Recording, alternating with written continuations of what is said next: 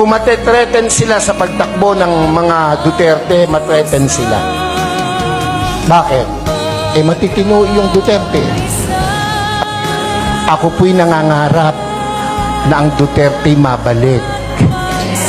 Pansinin nyo, noong panahon niya na nakaupo, mga politiko'y takot na gumawa ng mali.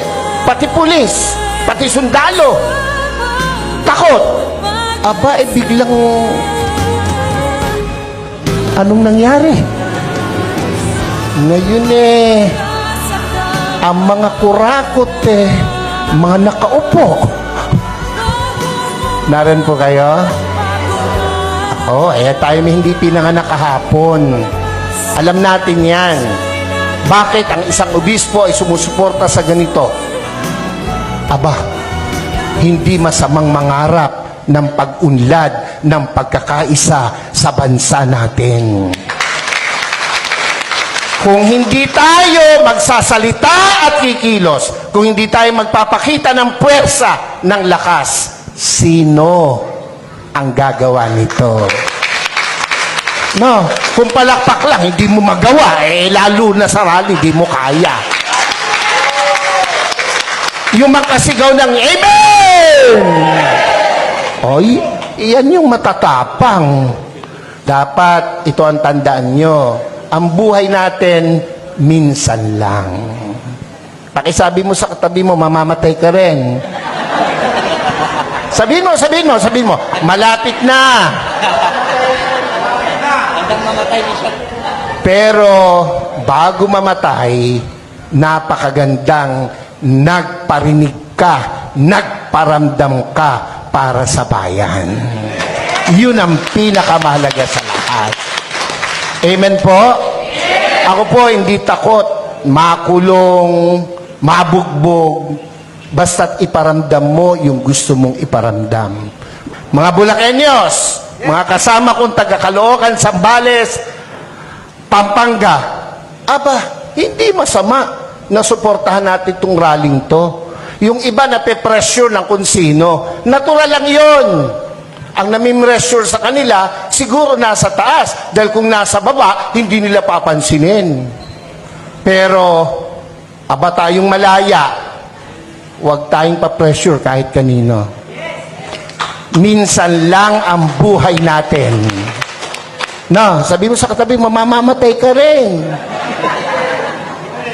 Sabi mo, mamaya lang. What?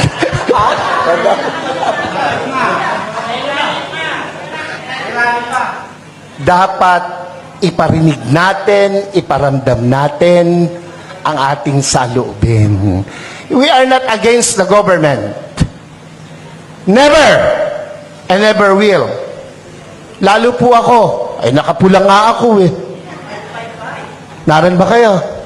Pero, kailangan nilang makita, kanilang dapat marinig, ang dapat makita at marinig. Gera? Handa ba ang Pilipinas sa gera? Ha? Kurutan man talo tayo sa kurutan. Ilan ang bilyon ang Chino, ilan tayo. Panuntukan, talo tayo. Huwag nilang gawing issue yan. At hindi mangyayaring magkagera. Pilipino pa, subukan nila rito, talo sila. Kung ang laban lang ay chismis, panalo ang Pilipino. Ano? Ewan ko ba sa Pilipinas walang chismosa? Wala, ano? Mamatay na sana, Lord, yung mga nagsisinungaling. Hindi tayo papayag na hindi natin iparinig, iparamdam, ipakita ang dapat nating ipakita sa bayang Pilipinas na ating minamahal. Ako po, kung matetreten sila sa pagtakbo ng mga Duterte, matreten sila. Bakit? Matitino yung Duterte. Ako po, kahit obispo nung panahong iyan ay lumalaban, ako po'y kasama. Ako po'y nangitim. Ako'y inalukan na maupo sa kabinet. Hindi ko tinanggap. Ang gusto ko'y makita siyang namamahala. Kung anong ginawa niya sa Davao, gawin niya sa Pilipinas at ginawa niya sa Pilipinas. Mabalik yun, ako po ay matutuwa.